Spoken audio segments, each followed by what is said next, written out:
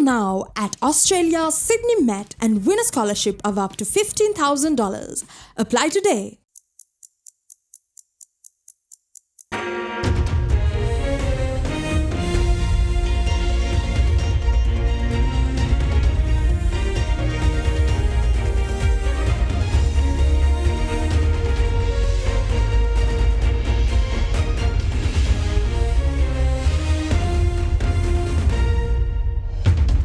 Tonight on First at 9, this Thursday, the 11th of April 2024.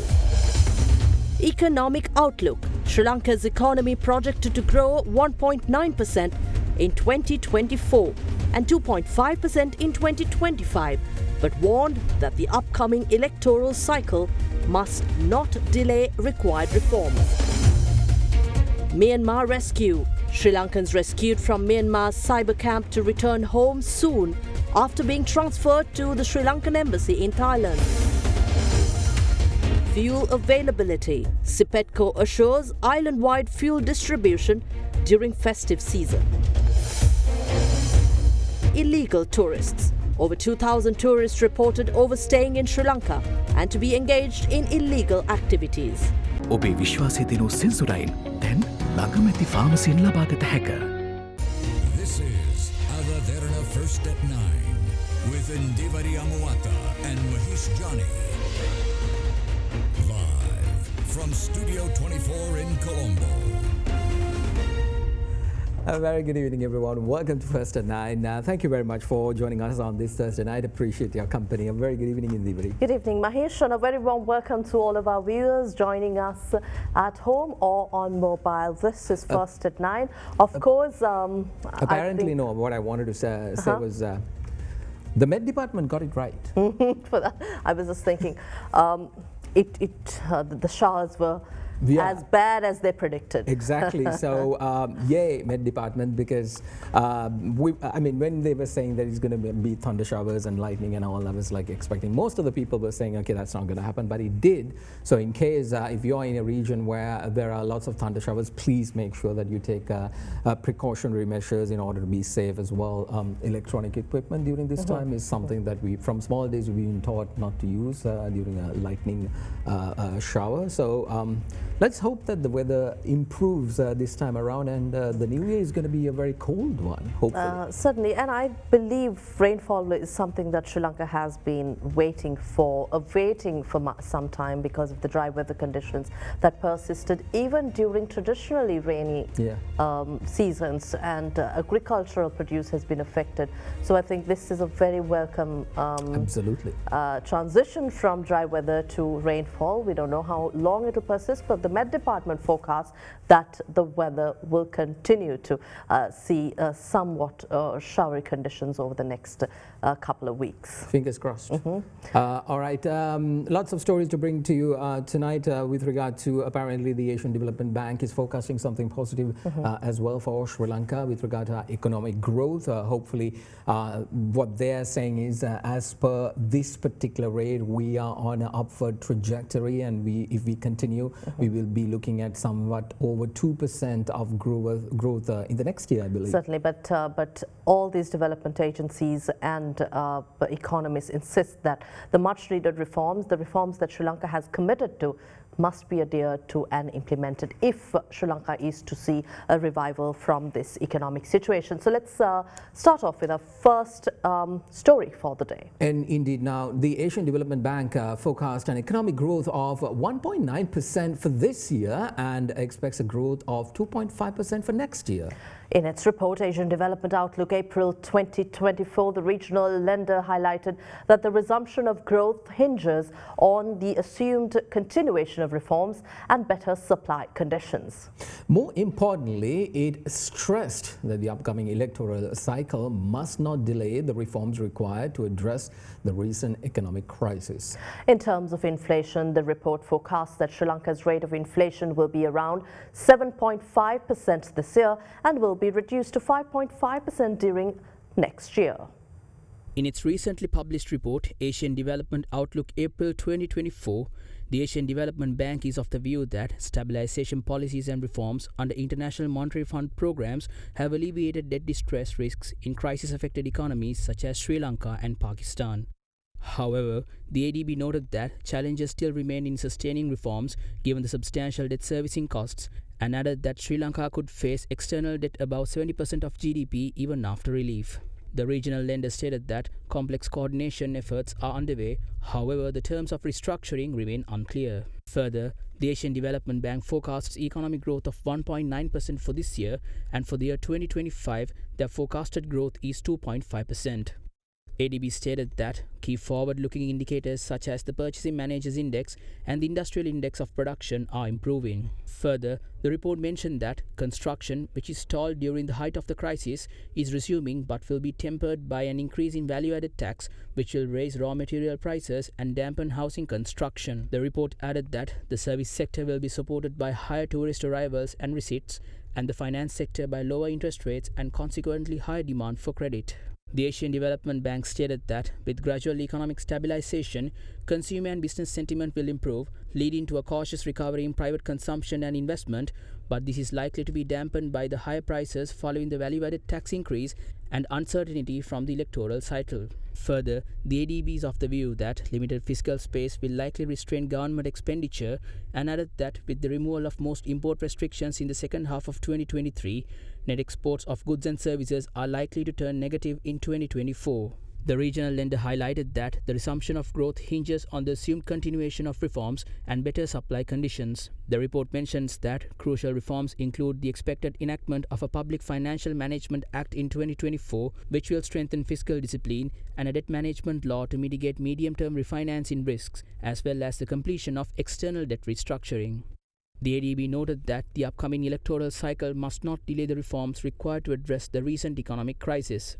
The government expects recurrent expenditure to increase from 15.8% of GDP in 2023 to 16.8% in 2024. The ADB added that any divestment of state-owned assets under consideration should improve the fiscal balance. Further, the report noted that external debt servicing may resume in 2024 if the external debt restructure is completed, which may exert pressure on the Sri Lankan rupee, which has thus far appreciated in 2024. However, the regional lender is also of the view that delays in the completion of a debt restructuring agreement and any barriers to passing key legislation could dampen sentiment and derail growth.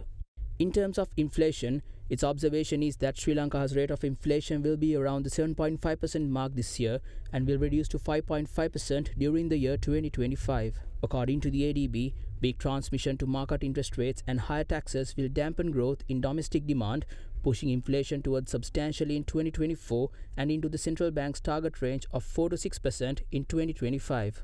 It also added that consumer demand will see a gradual pickup as credit demand improves, adding inflationary pressure.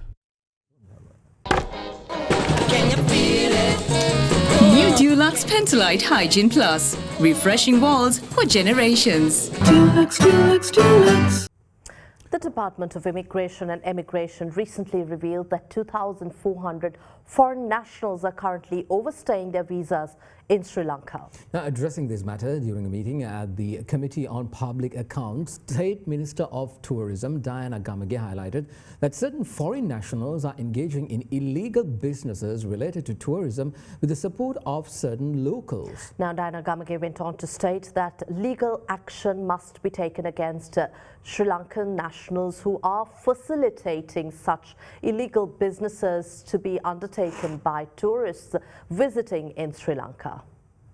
It has come to my attention that Russians and Ukrainians who came to Sri Lanka on visit visas are conducting businesses along the lines of surfing clubs, surfing schools, restaurants, hotels and food delivery. Locals in the vicinity are calling for a solution on this on the basis that there could be adverse effects from the fallout of this. I have been told that East Valley nationals too have started this business down south. They get in touch with locals who provide properties such as hotels and rooms on lease. They run these businesses by paying a small sum of money to the locals who facilitate this. We must trace all of these locals who facilitate this. Legal action must be taken against these locals as what they are doing is illegal. ඇත්තටම දැන්ට අපේ හොඳ වැඩපිළිවෙලක් තියෙනවා immigration එකේ වෙනම කණ්ඩායමක් ඉන්නවා මේ විමර්ශන කණ්ඩායම මේ සමහර වෙලාවෙදී රටින් බැහැර කරනවා අපි දකුණු පළාත් We scheduled a discussion with the Senior Inspector General of Police of the Southern Province. We expect to take immediate action in collaboration with the police. අධ්‍යක්ෂකවරුන් දැන් සිස්ටම් එකෙන් ඔයාලට බලා ගන්න බැයිද අදට කී දෙනෙක් ඕවර්ස්ටේ ඉන්නවද කියලා? පුළුවන් සර්. කී දෙනෙක් ඉන්නවද දැන් සාමාන්‍යයෙන්? පද්ධතිය අනුව 1400 ප්‍රමාණයක් ඉන්නවා. ඒකට අපි සංචාරක වීසා අරගෙන අපි බලනවා. ප්‍රධාන ගැටලුව තියෙන මේ OC රිපෝට් එක අරගෙන අපි ඇනලයිස් කරනවා.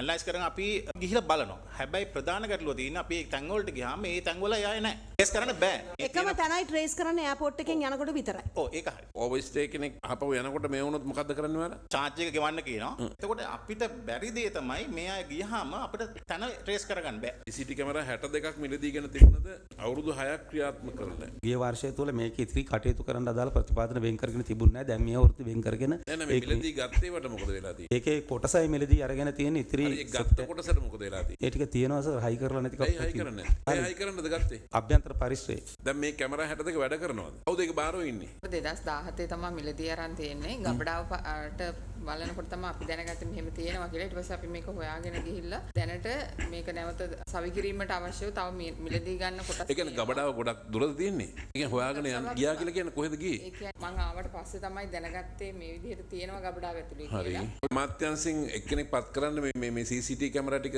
අයිව කිරීම. මේ 15 වෙනකොට අපිට ලිඛිත වාර්තාවක් අවශ්‍යයි. අමාත්‍යංශයේ අතිරේක ලේකම් කෙනෙක්ගේ වගකීම යටතේ. ඔය එයාපෝට් එකෙත් ඔය කිව්ස් ටික විතර CCTV කැමරා ටිකක් දාලා ඔබතුමාටත් කනෙක්ෂන් තියාගන්නකො. අධ්‍යක්ෂයෙන් රතුමාට පොඩ්ඩක්. නෑ එහෙම එක කැමරා හයි කරන්න දැන් සියල්ල සූදානම් කරලා තියෙනවා. Well, the Secretary General of the Bay of Bengal Initiative for Multi-Sectoral Technical and Economic Cooperation, or BIMSTEC, Indramani Pandey, says that discussions are underway to initiate a free trade zone within the BIMSTEC area in order to increase intra-regional trading among its member states.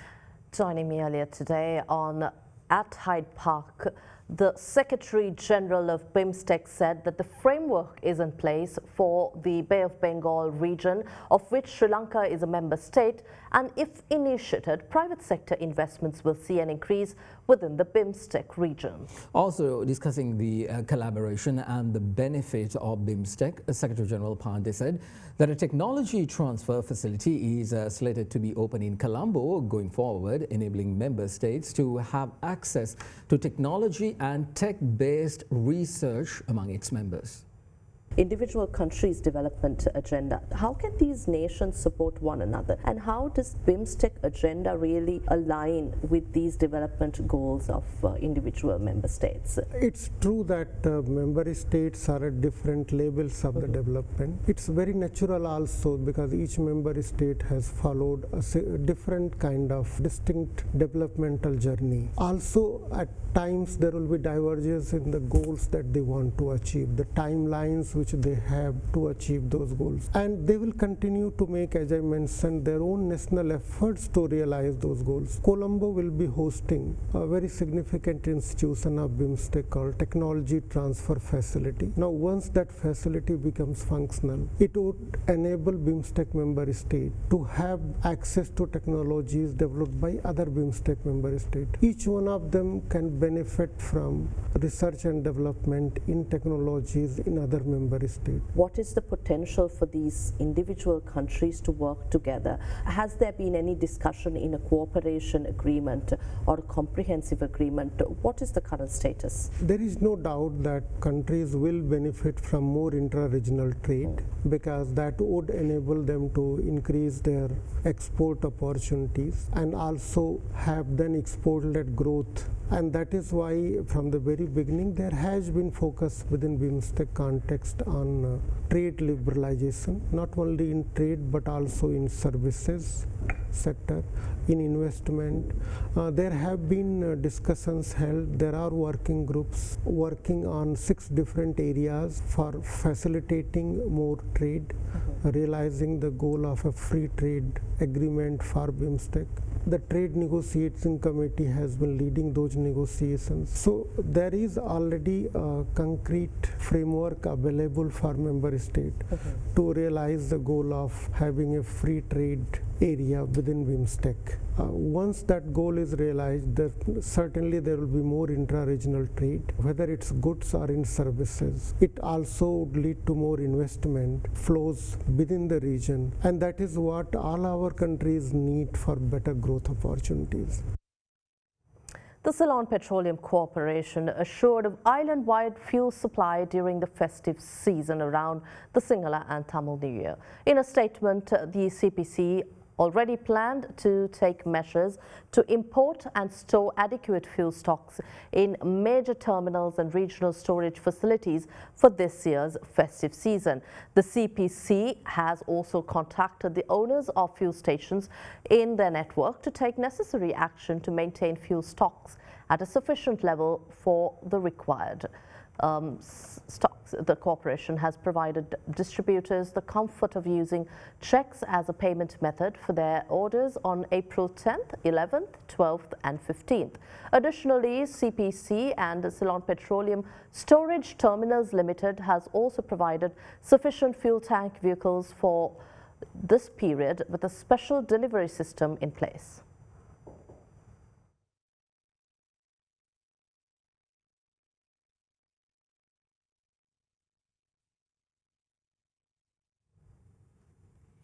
Now, the 8 Sri Lankans who were rescued from an illegal cyber camp in Myanmar have been transferred to the care of the Sri Lankan embassy in Thailand. The Sri Lankan ambassador to Myanmar, Janaka Bandara, says that the rescued group will soon be repatriated. The rescued groups were the victims of a human trafficking ring run by the Burmese terrorist group in Myanmar, who were once lured into false jobs within the IT sector. Following discussions held by Sri Lankan intelligence officers with representatives of the Embassy of Thailand and the parents of 5 Sri Lankan victims last December, 8 of 56 Sri Lankans were rescued with the assistance of Myanmar officials on the 4th of March this year. The group of 6 males and 2 females were detained by the Mayavadi police in Myanmar after the rescue. Later today, the 8 Sri Lankans were received by the officials of the Embassy of Sri Lanka in Bangkok. The officials handed them over to the immigration authorities of Thailand, and they are currently accompanied by Sri Lankan Embassy of Thailand. The Ministry of Foreign Affairs released a statement saying that the embassies of Sri Lanka and Bangkok and Yangon, in coordination with the Ministry of Foreign Affairs of Sri Lanka, are making arrangements for the repatriation of the victims to Sri Lanka upon the completion of required formalities. The 8 people who were rescued from the Mayavadi region were detained by the Mayavadi police to finalize documentation for their repatriation. Meanwhile, the safety of the Mayavadi region has spiraled into crisis level. We took quick measures to ensure the protection of the Sri Lankan victims from the unsafe area. As a result, the immigration officials of the Myanmar government have sent the victims through the friendship bridge of Myanmar and Thailand. These 8 people have been given over to the Sri Lankan Embassy of Thailand. They are safe under the protection of the embassy. In the coming days, we will initiate their repatriation process. Opposition leader Sajith Premadasa questions the National People's Power political agenda and queries how a bankrupt country can continue to depend on others. Addressing a gathering in Tanamalvila, the SJB leader went on to say that he is ready to face any debate. He further called on other political parties to act in a demeanour that is straightforward and with conviction to face any debate.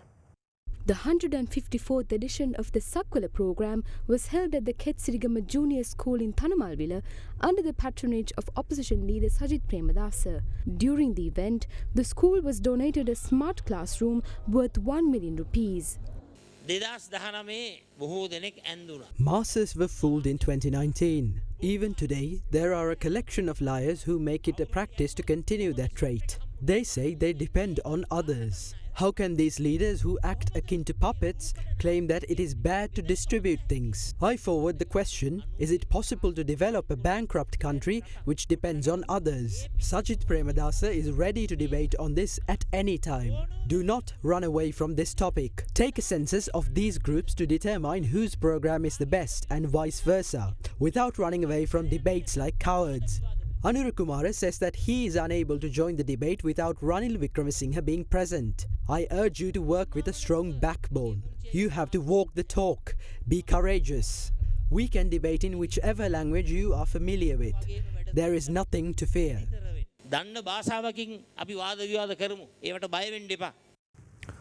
A leader of the Maubima Janata Party, Dilip Jayavira, is of the view that government schools have been hamstrung by the government's inability to allocate sufficient resources for the country's education system.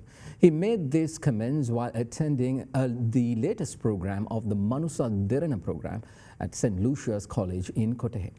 Another iteration of Manusat Derana's initiative to uplift the quality of education of underprivileged schools took place yesterday at St. Lucia's College in Kotehena. Manusat Derana, along with the Melbourne-based KS Environmental, donated a smart classroom to the school. During the ceremony that followed, leader of the Maubima Janata Party, Dilip Jayavira, addressed the gathering. This country, we right through have been going through this government school where we give free education to all these kids, and as much as it is a great thing, but they suffer the lack of resources because government has not been able to afford what they should have afforded for the welfare of these kids. So it is those principals and the teachers and probably the parents and the OBAs, they work like a team, and that is a separate ecosystem in this country's education system. So it is actually the principals' entrepreneurship mostly would drive the school's progress or success. Well, in response to opposition leader Sajith Premadasa's comments, National People's Power member Nalin Jayavira stated that his party is ready to hold any kind of debate with anyone, adding that they are capable of exposing those who drove Sri Lanka into bankruptcy. In the meantime, national organizer of the SLPP, Namal Rajapaksa, stated that his party holds a list of potential presidential candidates that include President Ranil Wickremesinghe.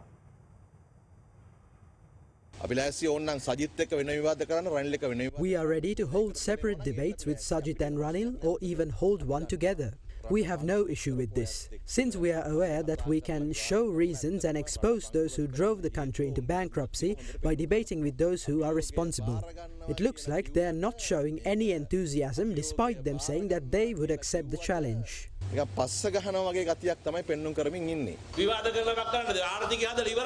What is there to debate on? The economy is stable. Economic experts say that Sri Lanka will be in the front line of nations which develop the global economy. These statements are not made without reason. Debate should have been held before. If they want to debate, they should have taken the initiative and done so in previously.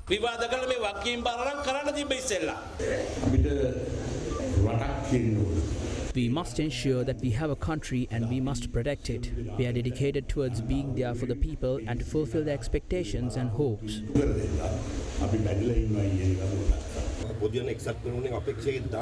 අපි අනිවාර්ය අපේක්ෂකෙක් දානවා. ඒක රනිල් එතුමාත් ඒ අපේක්ෂක කණ්ඩායම අතරේ ඉන්නවා. ඉතින් අපි හොඳ කෙනෙක් තෝරගන්නම්. ඉතාමත් හොඳ තරගයක් තියෙනවා ජනාධිපති අපේක්ෂකෙක් තෝරගන්න. ඉතින් අපිට තව ඔප්ෂන් ගොඩක් තියෙනවා. ව්‍යවසායකයෝ ඉන්නවා. ව්‍යාපාරිකයෝ ඉන්නවා. මේ මාධ්‍ය අයිතිකාරයෝ ඉන්නවා. අපිට විකල්ප ගොඩාක් තියෙනවා. මේ විකල්ප අතර ඔබතුමාත් නෑ ඒක තීන්දුව කරන ඕනේ පක්ෂය. රනිල් වික්‍රමසිංහ මහතා ඉදිරිපත් කරන බෝඩ්ටින් ඉදිරිපත් පොහොට්ටුවේ ලකුණු යටදී ඉදිරිපත් වුණු සහායක දෙනවා කියන්නේ. ඒ එතුමා අලියත් අතහැරලා කියනවනේ. ඉතින් පොදු ලකුණ පොහොට්ටු වෙන්නත් පුළුවන්.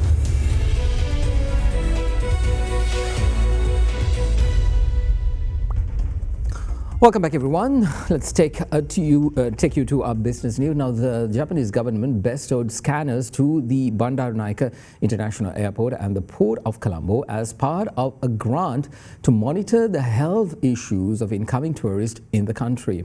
Now, the scanners, valued at $8.4 million, will be used to scan inbound tourists for epidemics and contagion harmful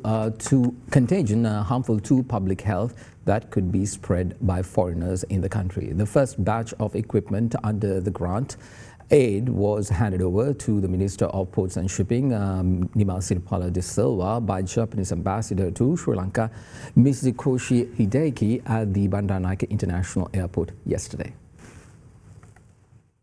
Now, oil prices slipped today as persistent inflation dampened rate cut optimism, but stayed near 6-month highs as investors braced for a potential attack on Israeli interests by Iran.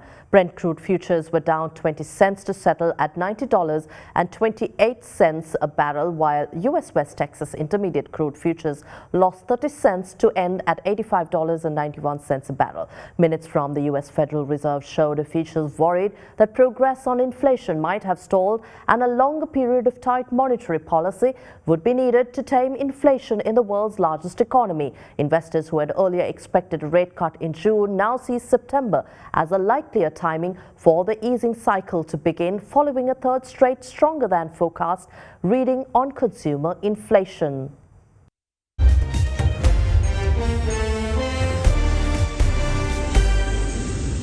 Welcome back. We take you to your international news. A court in Vietnam sentenced real estate tycoon Truong Nguyen Lan to death over her role in a $12.46 billion financial fraud case, the country's biggest on record. Now, her trial, which began on March 5th and ended earlier than planned, was one dramatic result of a campaign against corruption that the leader of the ruling Communist Party has pleaded for years to stamp out.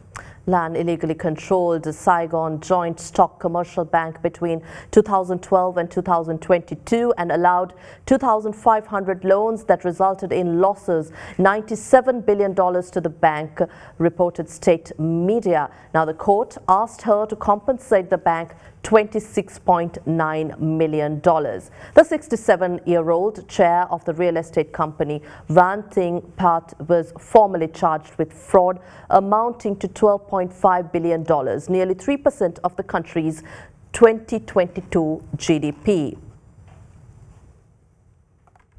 And that wraps up tonight's edition of First at 9. I'm Mahesh Johnny. Thank you for joining us. And I'm Indiveri Amwat. Good night.